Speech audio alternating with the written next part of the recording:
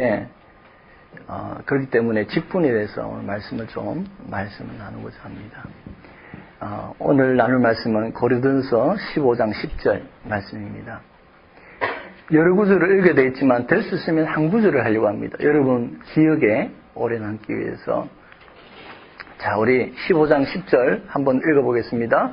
그러나 나의 나 된 것은 하나님의 은혜로 된 것이니 내게 주신 그의 은혜가 헛되지 아니하여 내가 모든 사도보다 더 많이 수고하였으나 내가 아니요 오직 나와 함께 하신 하나님의 은혜로라.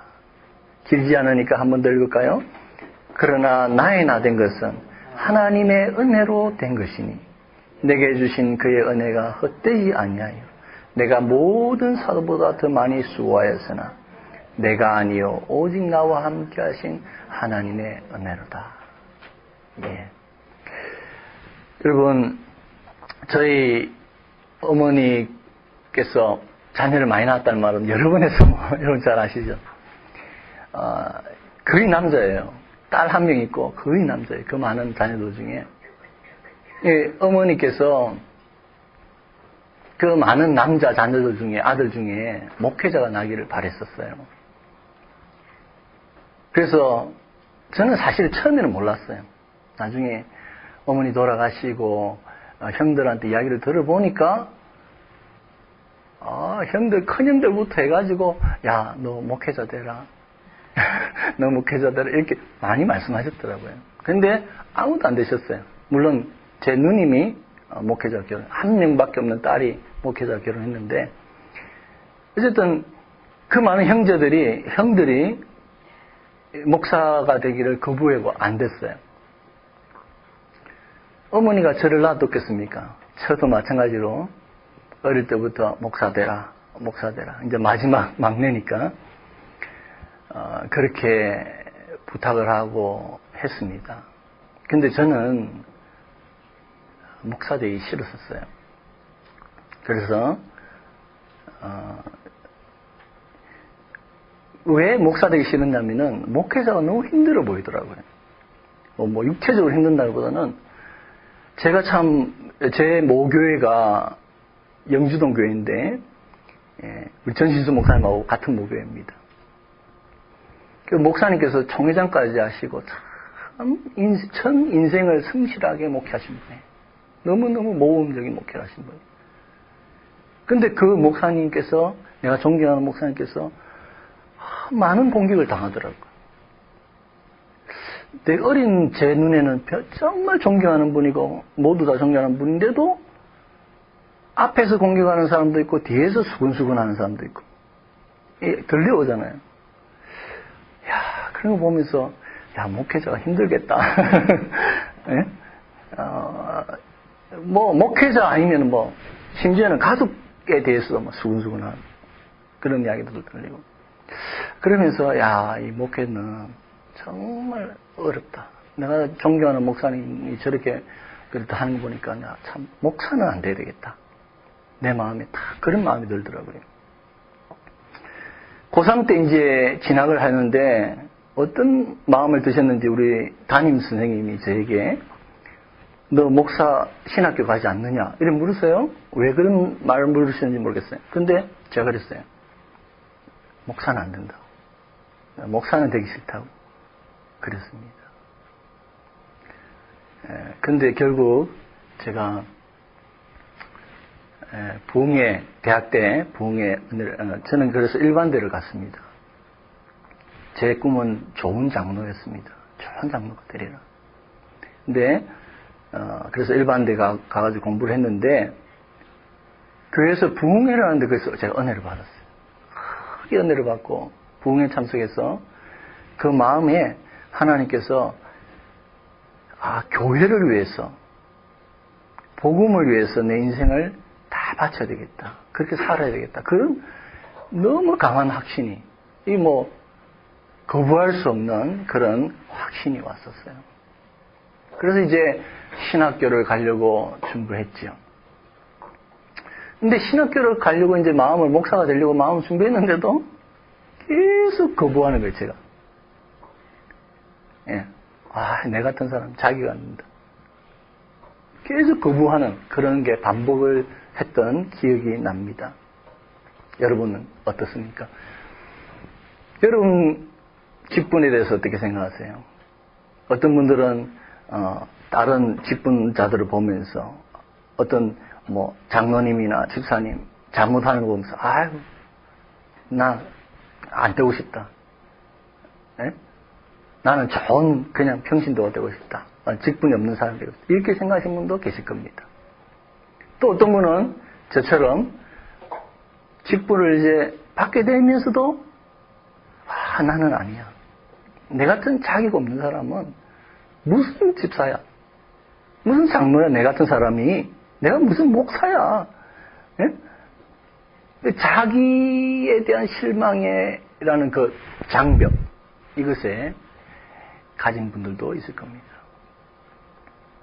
그래서 오늘 여러분은 직분에 대해서 어떻게 생각하십니까? 자, 직분은 하나님의 은혜로 받는 것입니다. 사실은 사도 바울은 이렇게 말했습니다. 나의 나 된 것은 하나님의 은혜로 된 것이니 오늘 본문에 그렇게 시작하고 있습니다. 나의 나 된 것은 하나님의 은혜로 된 것이다. 자, 넓게는 우리의 삶 전체가 하나님의 은혜로 된 것이다. 그런 의미예요. 내가 지금 살아가고 있고, 내가 지금 직장을 가지게 되고, 내가 공부를 하고, 내가 어떤 위치에 올라가고, 내가 가정을 이루고, 내가 자녀를 낳고, 내가 살아오는 지금까지 나의 모든 나에 된 것은 하나님의 은혜로다. 그런 고백입니다. 여러분 이 고백할 수 있습니까? 어떤 분들은 나의 나 된 것은 하나님의 저주입니다. 그런 분 있습니까? 예. 어떻게 이 모양입니까? 이런 분도 있을지 모르겠어요. 근데 사도 바울은 여러분 제가 반복 이야기하지만 참 그 삶이 그 누구보다도 어려운 삶이었습니다. 고통스러운 삶이었어요. 그러나 그는 늘 이 고백을 했습니다. 나의 나 된 것은 하나님의 은혜로다. 지금까지 살아온 이 모든 것이 하나님 은혜고 지금 살아가는 모습도 하나님 은혜고 앞으로 살아갈 것도 하나님의 은혜고 나의 나 된 모든 것은 하나님의 은혜로다. 여러분의 고백이 되기를 간절히 바랍니다. 할 수 있습니까, 여러분? 예. 근데 여러분, 이 고백은 또 좁혀서 이야기하면 자신의 사도직에 대한 고백이기도 합니다. 예. 좁혀서 이야기하면, 넓혀서 말하면 모든 나에 대한 것은 하나님의 은혜고, 좁혀서 이야기하게 되면 내가 사도가 된 것은 하나님의 은혜다. 그렇게 되는 것이에요. 그 앞에 9절에 보면, 제가 적진 않지만 9절에 보면 내가 사실은 하나님의 교회를 핍박해서 사도가 될 자격이 없는 자인데 사도가 됐다. 예. 그 다음에 10절에 나의 나 된 것은 하나님의 은혜다. 그렇기 때문에 좁혀서 엄격히 이야기하면 직분을 받은 것이 하나님의 은혜다.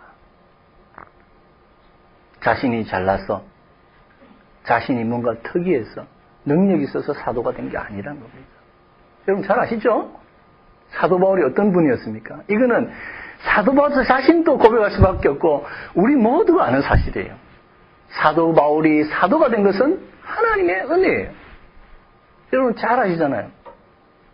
사울이 어떤 사람이었습니까? 예수를 제일 미워하는 사람이었어요. 당시에. 그래서 스데반을 돌로 치는데 앞장섰고 예루살렘에 그렇게 강한 핍박이 몰아치는데 그쪽에 앞장섰던 사람이에요. 예수 믿는 사람들을 이잡듯이 잡아가지고 색출해서 넘겼어요. 아시죠? 심지어는 다메섹이라는 타국에까지 이국에까지 가서 잡으러 와 예수쟁이를 잡으려고 공문을 가고 받아 가는 사람이었어요. 그런데 그 다메섹으로 가던 도상에서 예수님을 만났어요. 예수님이 사울아 사울아 네가 어찌하여 나를 핍박하느냐. 예수님을 직접 만났어요. 그가 거꾸로 떨어지고 주여 누시니까.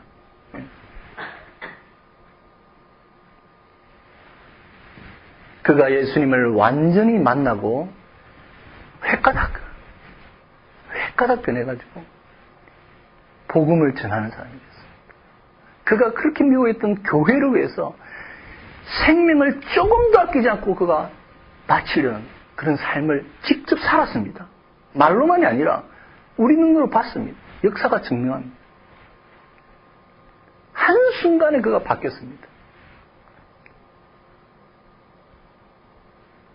저는 사도 바울을 보면 왜 예수님께서 사도 바울을 시켰는지 도무지 이해가 안 돼요. 많은 성도들이 있었지 않습니까? 구도자들이 있었습니다. 진리를 찾는 수많은 구도자들이 있었습니다. 철학자들도 있을 거예요. 그런데 그는 관심이 없을 뿐만 아니라 복음을 미워했던 사람이에요. 그런 사람을 왜 구원하셨습니까? 수많은 헌신의 핍박을 받으면서도 예수 믿는 헌신된 성도들이 있었는데 왜 사도 바울을, 그 사울을 사도 바울로 만드셨을까요? 왜 하필이면 그렇게 하셨을까요? 답은 하나밖에 없습니다. 제 생각에 은혜의 진리를 가르치기 위해서입니다. 우리가 구원받는 것은 우리의 능력이 아니라 인간의 공로가 아니라 인간이 무엇을 진리를 찾아서 얻는 것이 아니라 하나님의 전적인 부르심과 은혜로 구원받는다. 그 은혜의 진리, 은혜의 복음.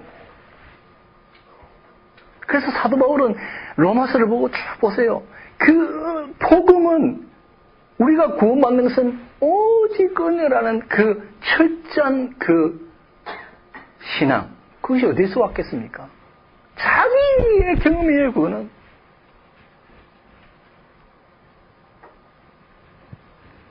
하나님이 전적으로 택하셨어요. 저는 자신은 관심도 없을 뿐만 아니라 미워했지만 그런 게 하나님의 은혜예요. 그게 하나님의 구원의 역사예요. 예? 그게 로마서 에베소 쭉 나오잖아요. 구원받는 것만 그렇습니까? 직분을 받는 것도 없다. 전혀 자격이 없는 따라 자신을 주님이 사도로 세우시고 기독교 역사상 가장 위대한 사역을 하시다. 내가 너를 택했다. 내가 너를 그릇으로 사용하겠다. 예수님 부를 때 약속하셨어요. 그대로 사용하셨어요. 아무 자격이 없는데 사용하셨어요.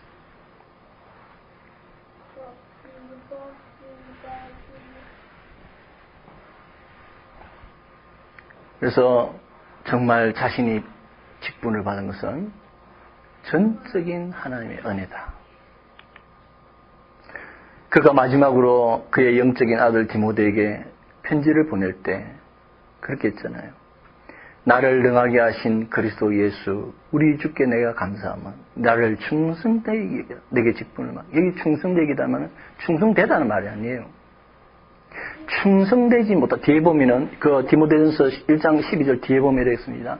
나는 사도라 칭함을 받을 자격이 없는 사람. 나는 교회를 핍박하고 압제하던 사람이다. 나는 죄인 중에 괴수다. 그런데 하나님의 그 긍휼하심과 오래 참으심으로 나를 되지 못한데 충성되기에서 직분을 맡겼다. 내가 직분을 맡은 것은 전적인 하나님의 긍휼하심, 은혜이다. 죄인 중에 괴수이다. 저도 마찬가지입니다. 제가 목사지만 제가 죽을 때까지 고백할 수 있는 것은 죄인 중에 괴수.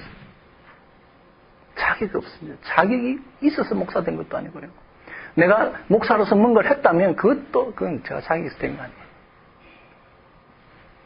죄인 중에 괴수임을 우리는 고백할 수밖에 없어요.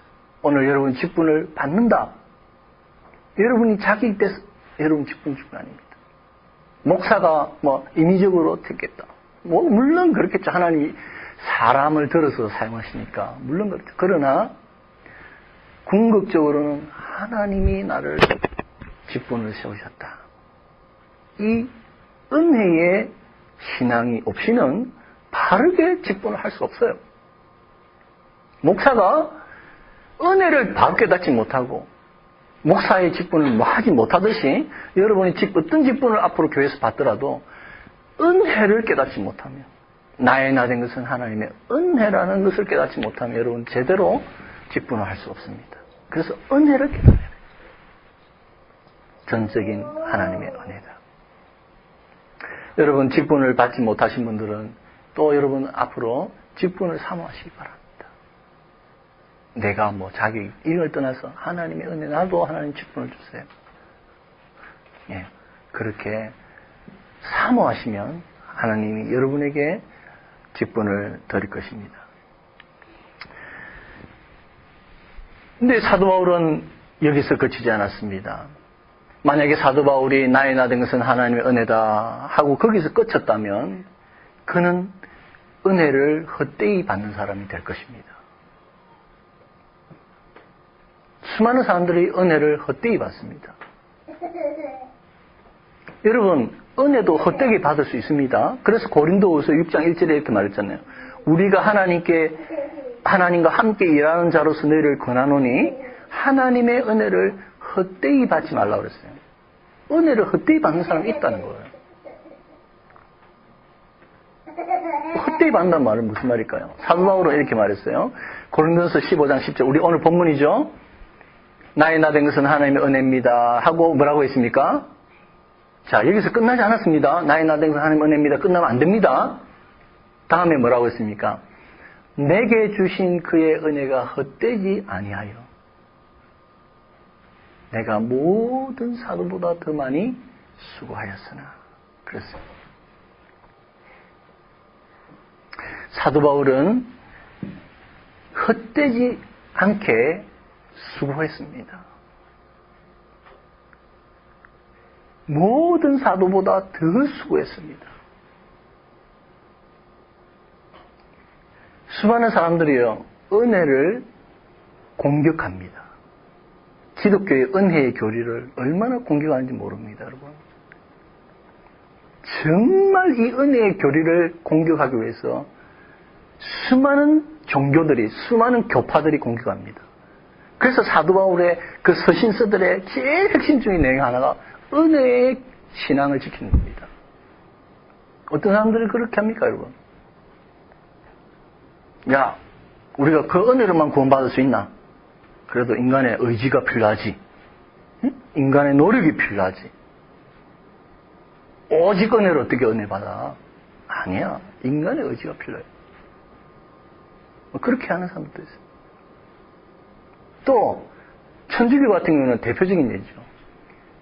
이 은혜로만 구원받을 수 없다고 가르칩니다. 천주교는. 천주교의 교리의 중요한 핵심이 그겁니다. 야, 은혜 가지고 하면 안 돼. 은혜 가지고만 구원받는다라면 사람은 방종해, 방종. 단율법주의가 돼가지고 지 마음대로 살아. 응?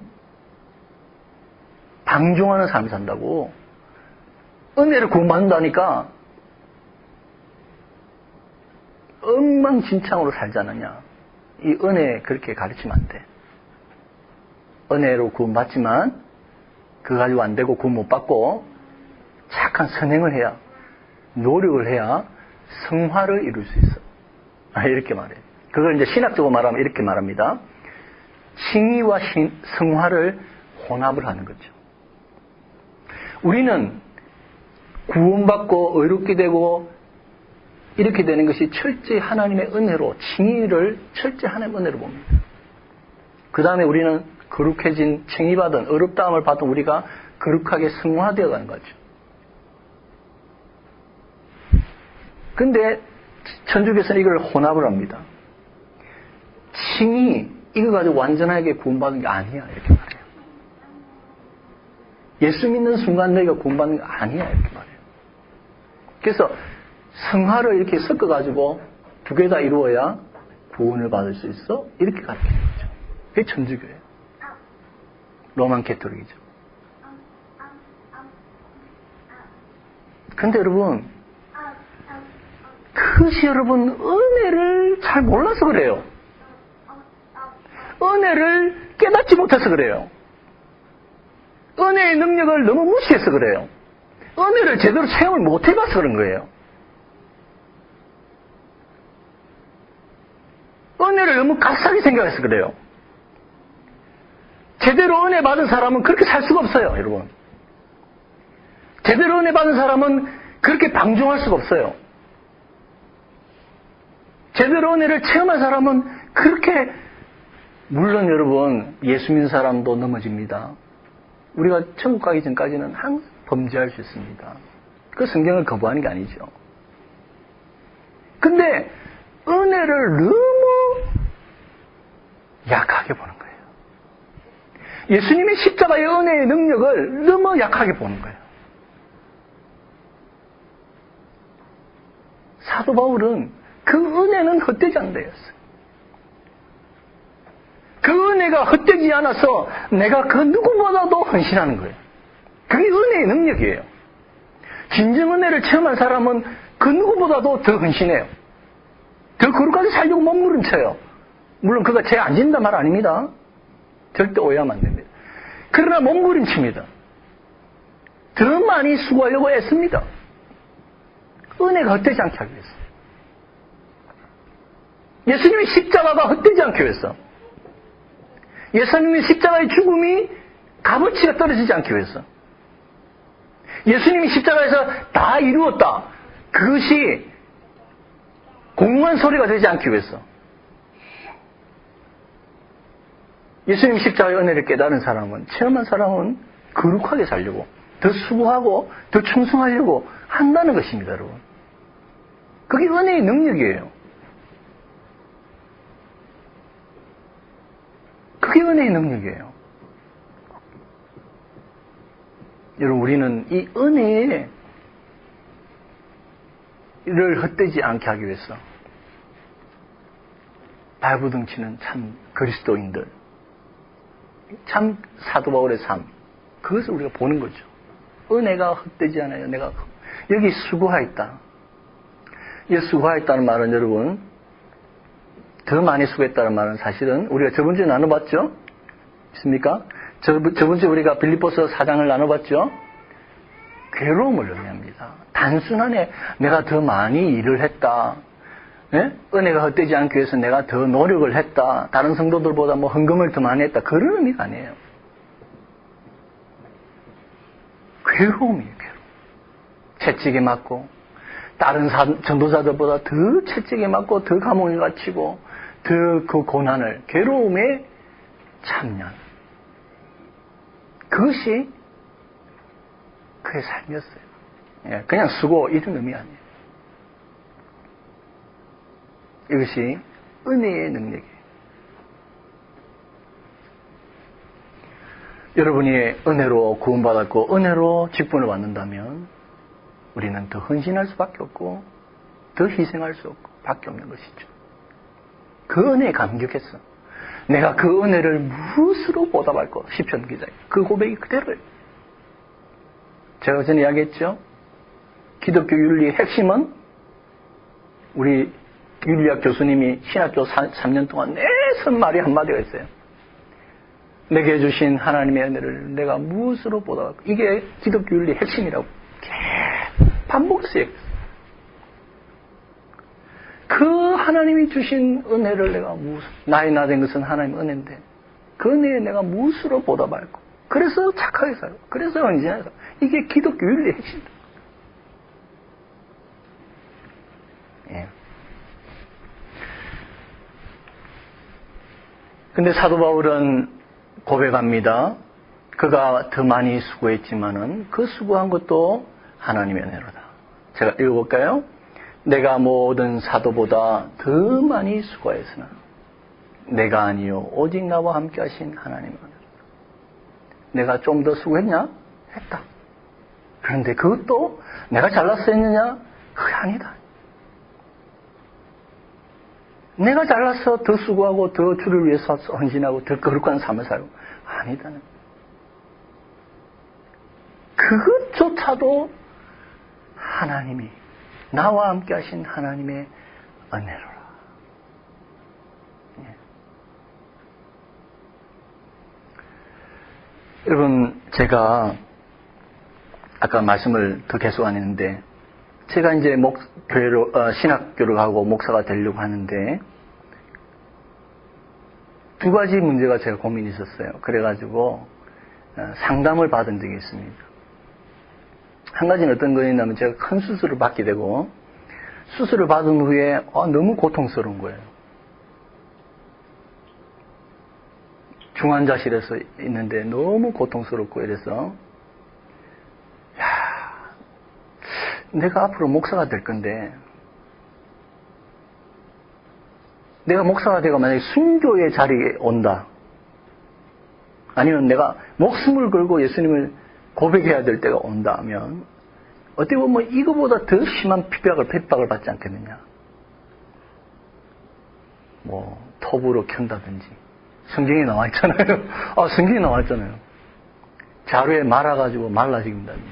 성경에 우리 초대교회 성도들이 죽었다 돼 있어요. 히브리서에 보면.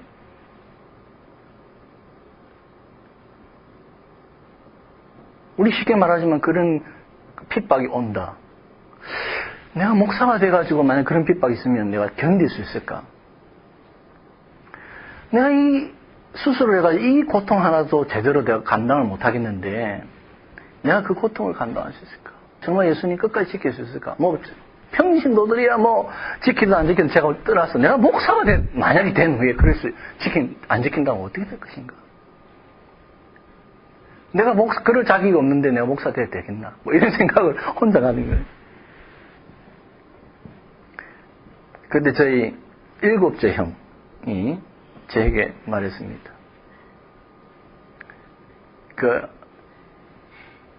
제가 이 고민을 이야기하니까 그 형이 이렇게 말해요. 순교는 네가 하는 게 아니야. 하나님이 하게 하시는 거예요. 성령님의 능력으로 하는 거지, 인간의 힘으로 네 능력으로 순교할 수 있는 게 아니야. 이렇게 답을 주더라고요. 제가 그 답에 제가 호응을 했습니다. 맞다. 내가 생각을 잘못했구나. 내가 할 수 있다고 생각한 거예요. 내가 할 수 있다. 내가 해야 된다. 그런데 그게 아니에요. 사도 바울이 돌에 맞고 핍박에 받고 정말 순교의 그 고난, 괴로움에까지 갔잖아요. 그것도 누구의 은혜라고요? 하나님의 은혜를 사도 바울이 고백하고 있잖아요. 그러니까 우리 힘으로 하는 게 아니죠. 그래서 제가 해답을 하나 얻었습니다. 또 한 번은 어떤 고민이었냐면, 내 같은 사람이 목사 돼도 되겠나? 내 인격을 봐도, 내 삶을 봐도, 내가 내 자신 알잖아요. 정말 목사가 된다면, 내를 통해서 교회가 시험될 수도 있겠고, 예수님의 복음이 빛을 가릴 수도 있겠고, 또 성도들이 나를 통해서 상처받을 수도 있겠고, 정말 나는 내 자신을 보면 목사의 자격이 전혀 없어 보이는 거예요. 그래서 목사의 길을 가서는 안 되겠다 생각이 들었어요, 제가. 그런데 우리 교회 전도사님, 지금 목사님, 지금 대구에서 목사님하고 계시는데, 그 전도사님이 저에게 이제 제가 상담을 하니까 이런 말씀 해줬어요. 그때 제가 이제 대학부 봉사하고 선생님으로 했으니까, 김 선생님, 그때 전도사님이 그렇게 말했어요. 성경에 이런 구절이 있습니다. 10 문둥병자가 있었는데요.